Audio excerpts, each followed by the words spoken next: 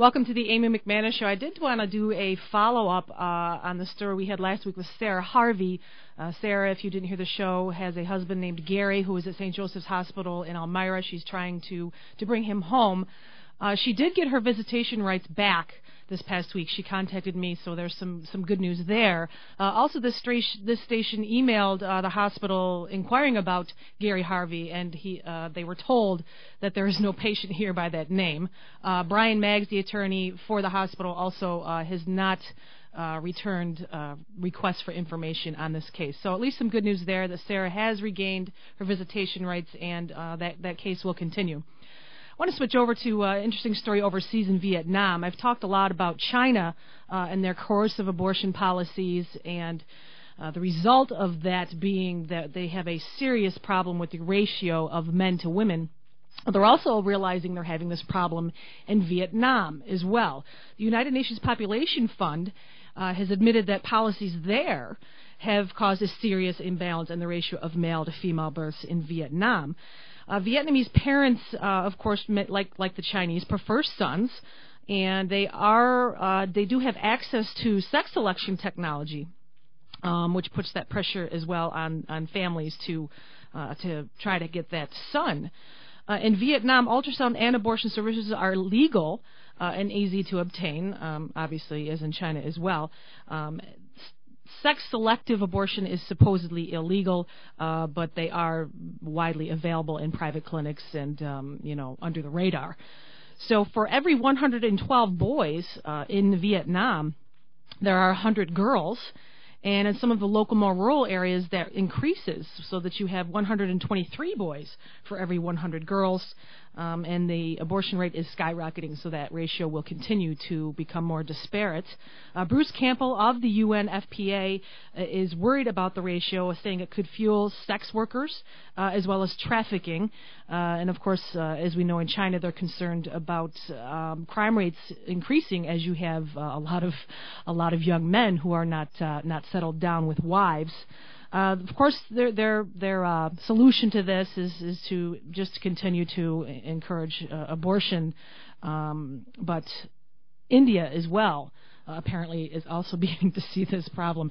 So these policies of the UN regarding keeping the population down are resulting in some serious consequences years later. Another interesting health and science news. This was on Time.com, which really is fascinating. There is another study again that abortions increase the risk of, low birth weight. So it's not only affecting the women's health, it's affecting the health of their future babies. Premature death as well is increased by a factor of 2.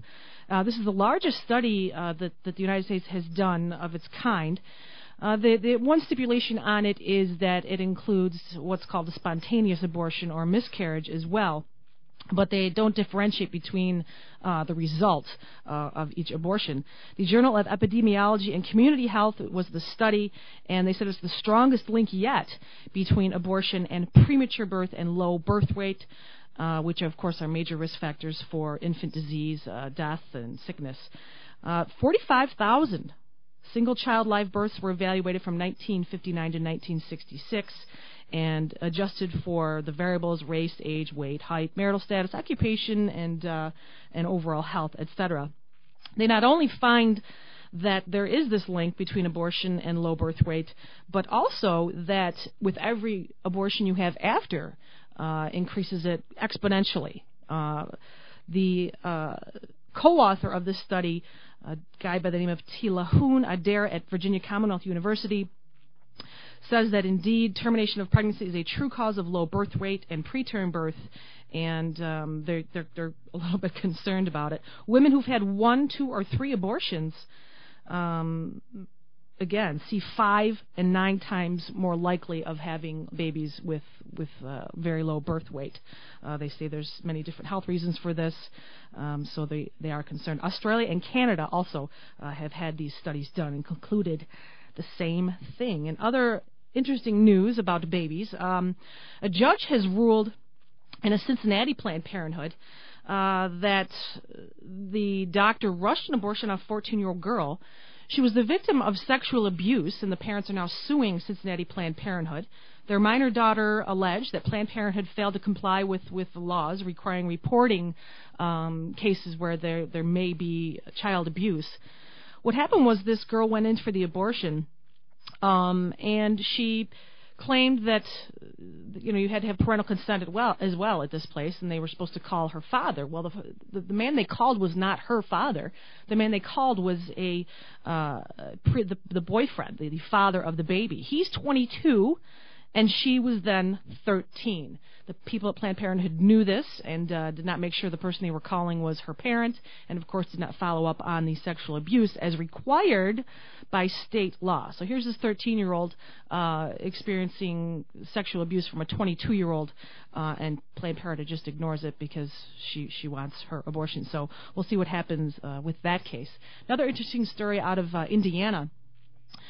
This couple has this little baby boy, he's 6 months old, named Seth Petrikis, and he needs some surgery. The surgery is going to cost about $500,000, and they happen to be on Medicaid.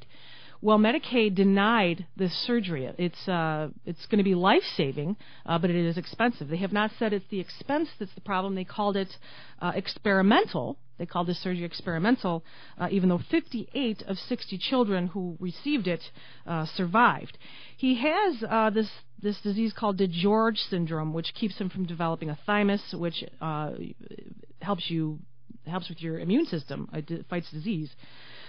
So the story was that they put up this foundation trying to collect money for Seth, and as of last week, interestingly enough, the Medicaid, the DSS, has changed their mind and are going to pay for little Seth's surgery to save his life. So the money they did collect, in the meantime, they are going to set up a foundation called Seth Benjamin, which Benjamin is his middle name, and they're going to assist research medicine for DeGeorge syndrome. So little baby boy with some pressure from the public is finally going to have his life saved in spite of the efforts by Medicaid there to deny him life-saving surgery. Other state news as well, New Hampshire Journal.com is upset with some Democrats there. They basically criticized one of the state legislatures, calling him a religious tyrant, and they're saying that he wants to impose a Bible Belt social agenda, and they want to get rid of him, and that he's a problem, etc. And they're not apologizing for the attack. They basically just are attacking him because he's Christian. Some of the controversial things that he said was that people in America needed to turn back to God, people need to turn from their wicked ways, and that those were the only hope for America. And those were the controversial things that he said. So the Democratic Party in New Hampshire put out a press release criticizing him. He's accusing them of religious bigotry and wants them to apologize, and he suggests that they reread the First Amendment to the U.S. Constitution, saying that all people are guaranteed to the freedom of religion, whether they agree with him or not. Speaking of free speech, 2 teachers at Dennis Yarmouth Regional High School in Massachusetts a few weeks ago did, I suppose, exercise their free speech, although probably not very appropriate, during a high school assembly where 6 students were honored for enlisting in the military. they stood in the auditorium and held up big signs that said, "End war." And when people saw this, they were booed. The military students themselves received a standing ovation, and the two teachers, Mary Beth Varani is one of them, was very upset, and they had to storm out of the auditorium with some threats of violence against these two teachers. Can you imagine if that happened to any school around here?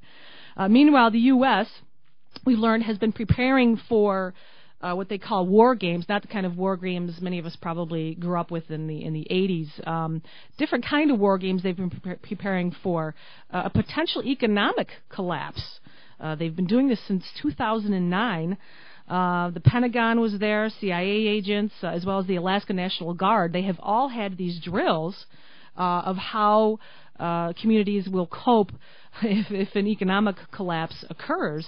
A reporter by the name of Javers, who is now with CNBC, first brought this up, and they basically have implied that they're very confident that an economic collapse could indeed happen, and so they were wargaming as to what might happen if we had riots in the major cities, if there were food shortages, etc. So the U.S., in spite of many people calling that a conspiracy theory, our own officials in the government have been, quote-unquote, wargaming about a domestic catastrophe that could happen if we have a potential economic collapse. So interesting there. Also, as far as federally, as we know, in Virginia, Attorney General Ken Cuccinelli is the plaintiff in a case accusing the Obama administration of violating the state's rights regarding the health care law. And a judge did come out and rule in his favor that the health care law violates the Constitution. He said this is not about health insurance. It isn't about health care. It's about liberty. If the feds win on appeal to the liberal Fourth Circuit Court, it will be the end of federalism. Nothing the federal government does would be limited by enumerated powers. Today is a great day for the Constitution. Today the Constitution has been protected from the federal government. And remember, an important reason for the Constitution in the first place was to limit the power of the federal government. His concern, of course, is that the federal government does not have the right to force any individual to purchase something. So interesting news on that this past week. Also, as you know, the omnibus bill was shut down, thank goodness. $1.1 trillion, 2,000 pages, $575 million per page with 6,488 earmarks. It was defeated none too soon, as a new poll out of Gallup saying that Americans' assessment of Congress has hit a new low. 13% saying they approve of Congress, 83% disapproval rating for Congress. This is the worst Gallup has seen in more than 30 years of tracking, and they did this poll December 10th through 12th. Another interesting fact I found, nearly all of President Obama's domestic agenda is being decided in the courts. So any victories he's had and any celebrations about his domestic policy, they are all being litigated. And that, of course, includes health care, don't ask, don't tell, environmental regulation. There are many oil refineries that are suing his policy. And, of course, we have the immigration issue in Arizona. So not some great news there. Also, the Washington Post, this is interesting. I think everyone will appreciate this. It's not really a surprise. Washington, D.C. is the wealthiest and most educated region in the nation. The district itself is also has another extreme there as well. They are one of the most segregated areas in the country. So while you have a lot of the suburbs in the Washington, D.C. area, again, being wealthy and the most educated, it also, those areas are the most segregated. They have the fifth, a rating of fifth in the country as far as segregation between blacks and whites. So an interesting fact there. You're listening to the Amy McManus Show.